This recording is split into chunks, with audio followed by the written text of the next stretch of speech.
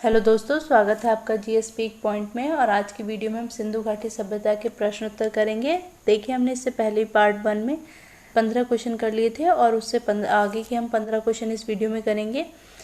और टोटल मैं इस सिंधु घाटी सभ्यता से संबंधित क्वेश्चन कराऊंगी और लगभग 80 क्वेश्चन कराऊंगी। और अगर मैं बात करूँ सिंधु घाटी सभ्यता के बारे में, तो उसका जो वीडियो है मैंने डिटेल के साथ मैंने पढ़ाया हुआ है और इसका वीडियो प्लेलिस्ट में डाला हुआ है। अगर आप डिटेल के साथ देखना चाहते हैं तो आप देख सकते हैं।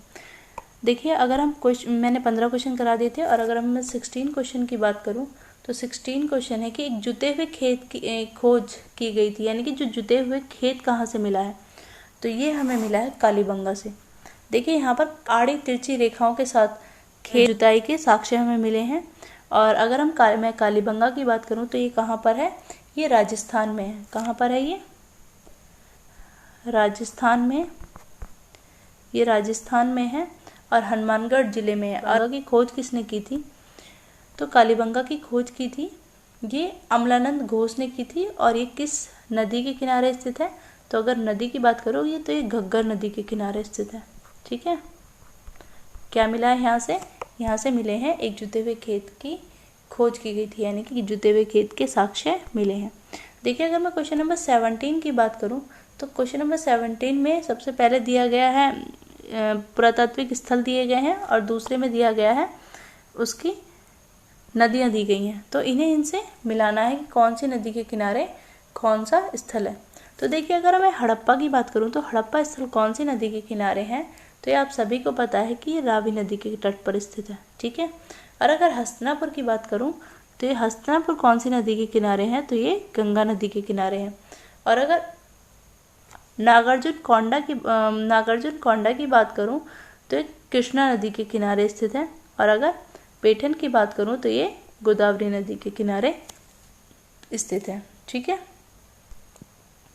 अब हम क्वेश्चन नंबर 18 देखते हैं। अगर हम क्वेश्चन नंबर 18 देखते हैं तो इसमें दी गई हैं हड़प्पा संस्कृति की बस्तियां दी गई हैं और नदी दी गई है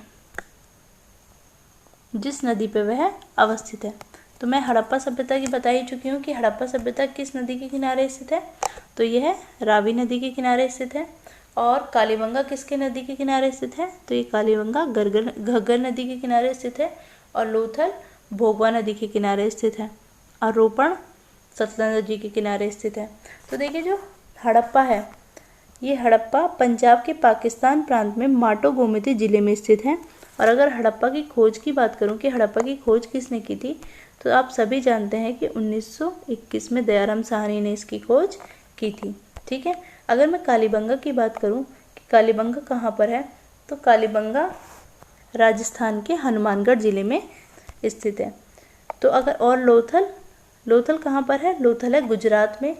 गुजरात की खंभात की खाड़ी के निकट स्थित है। और जो लोथल है ये एक बंदरगाह पुरा स्थल था। ठीक है, हड़प्पा का बंदरगाह स्थल था। और अगर मैं रोपण की बात करूं तो ये पंजाब में है और नदी आपके सामने दी हुई है, ये यानी कि सतलज नदी के किनारे ये स्थित है। ठीक है, क्वेश्चन नंबर अगर मैं 19 देखूं तो क्वेश्चन नंबर 19 है सिंधु सभ्यता का महान स्नानघर कहाँ से प्राप्त हुआ, यानी कि सिंधु घाटी सभ्यता का जो महान स्नानघर है वो कहाँ से प्राप्त हुआ है। तो सबसे बड़ा स्नानघर जो है ये प्राप्त हुआ है मोहनजोदड़ो से। ठीक है, मोहनजोदड़ो से सबसे बड़ा महान स्नानघर प्राप्त हुआ है। और जो ये महान स्नानघर है, यानी कि बहुत बड़ा स्नानघर जो है, इसका जो उपयोग है वो धर्मानुष्ठान यानी कि धार्मिक कार्यों के लिए किया जाता होगा। और यहाँ पर सभी लोग इकट्ठा एक साथ किसी भी उत्सव पर एक साथ इकट्ठा होते होंगे और उसका प्रयोग करते होंगे।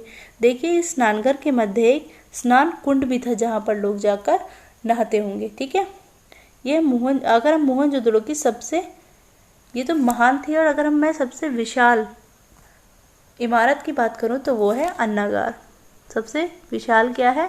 अन्नागार, यानी कि जहाँ पर अन्न को रखा जाता था, यह सबसे विशाल इमारत है। देखो, अगर मैं मोहनजोदड़ो की बात करूं तो ये कहाँ पर है? मोहनजोदड़ो है पाकिस्तान सिंध के लरखाना जिले में है ये। ठीक है, सिंधु भाषा में मोहनजोदड़ो को क्या कहा जाता है? मोहनजोदड़ो को मृतकों का टीला कहा जाता है। क्या कहा जाता है? मृतकों का टीला। कौन सी भाषा में? सिंधी भाषा में कहा जाता है। ठीक है, ये सिंधु नदी के किनारे स्थित है और कहाँ पर है? पाकिस्तान सिंध के लरखाना में। ठीक है, क्वेश्चन नंबर 20 देखते हैं। तो विशाल स्नानघर किस पुरास्थल से प्राप्त हुआ है? तो अभी मैंने बताया ही कि जो विशाल स्नानघर है वो किससे प्राप्त हुआ है? ये मोहनजोदड़ो से प्राप्त हुआ है। और अगर मैं बात करूँ कि सिंधु घाटी सभ्यता की खोज की बात करूँ तो ये जॉन मार्शल ने, भारतीय पुरातत्व विभाग के जो निर्देशक थे, उनके निर्देशन में राखलदास बनर्जी और दयाराम साहनी ने हड़प्पा और मोहनजोदड़ो की खोज की थी। और जो जॉन मार्शल है, इन्होंने ही क्या कहा था? जॉन मार्शल ने विशाल स्नानघर को क्या कहा था? विश्व का आश्चर्यजनक निर्माण बताया था।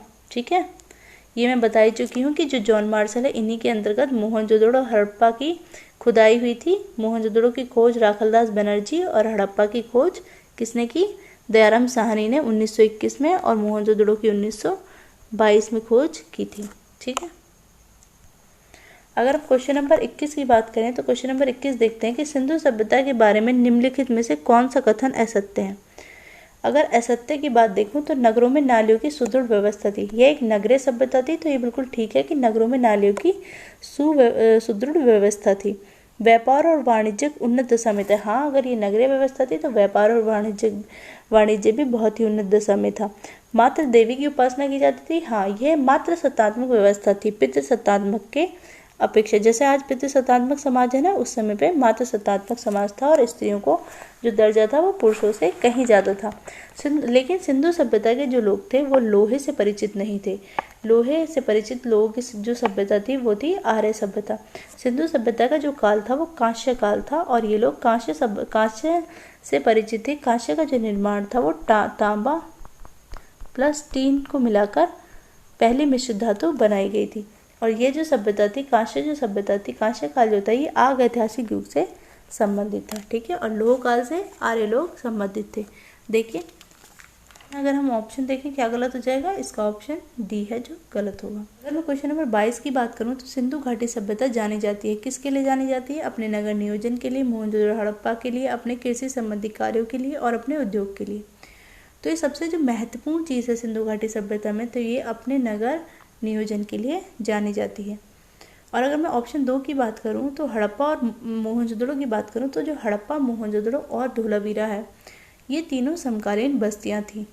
और अगर ऑप्शन नंबर 3 की बात करूं तो अपने कृषि संबंधी कार्यों के लिए, तो जो कृषि संबंधी जो साक्ष्य मिले हैं वो कहाँ से मिले हैं? इसके कालीबंगा से मिले हैं। कालीबंगा कहाँ पर है? राजस्थान में है।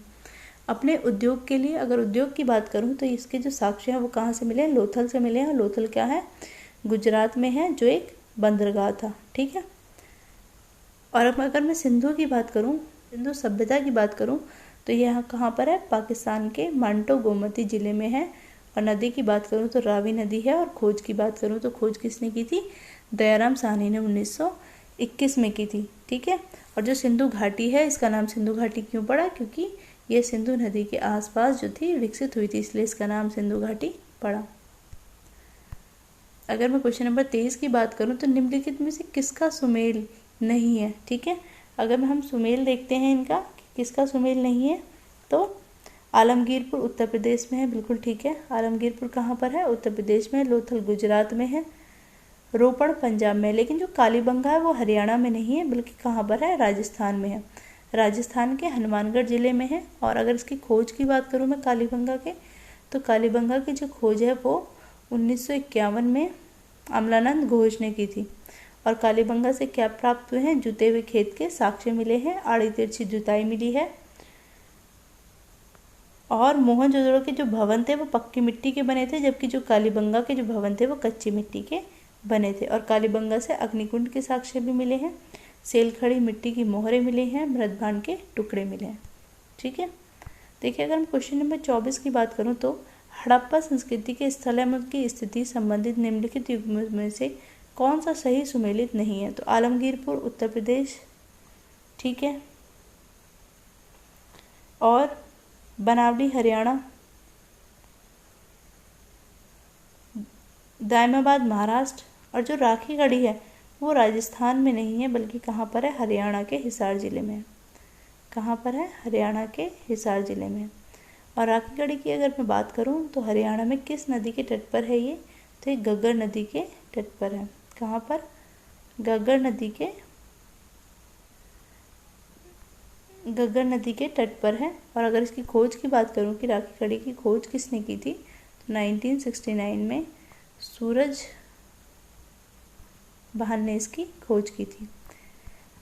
जो ये मोहनजोदड़ो है, सबसे बड़ा सैन्य स्थल मोहनजोदड़ो है, लेकिन वह पाकिस्तान में है। तो भारत में जो सबसे बड़ा स्थल है अब वह राखी गढ़ी है। ठीक है, क्वेश्चन नंबर 25 देखते हैं। अगर क्वेश्चन नंबर 25 देखें तो सूची 1 को सूची 2 से सुमेलित कीजिए। पहले में दिया गया हड़प्पा स्थल, दूसरे में दिया गया स्थिति। ठीक है, देखिए सबसे पहला जो ऑप्शन है मांडा। मांडा क्या है, कहाँ पर है? राजस्थान में है। दायमाबाद हरियाणा में है। कालीबंगा जम्मू कश्मीर में है। राखी गढ़ी महाराष्ट्र में। तो मांडा कहाँ पर है? जम्मू कश्मीर में। ठीक है, अगर मैं राखी गढ़ी की बात करूँ, ये कहाँ पर है? हरियाणा में। कालीबंगा कहाँ पर है? राजस्थान में। और दायमाबाद कहाँ पर है? महाराष्ट्र में। ठीक है, अगर मांडा की बात करूँ तो मांडा जम्मू कश्मीर में मांडा जम्मू कश्मीर में चेनाब नदी के किनारे स्थित है और ये सबसे उत्तरी हड़प्पा स्थल है। अगर मैं ये दायमाबाद की बात करूं तो ये कहाँ पर है? ये महाराष्ट्र में। दायमाबाद महाराष्ट्र में अहमदनगर।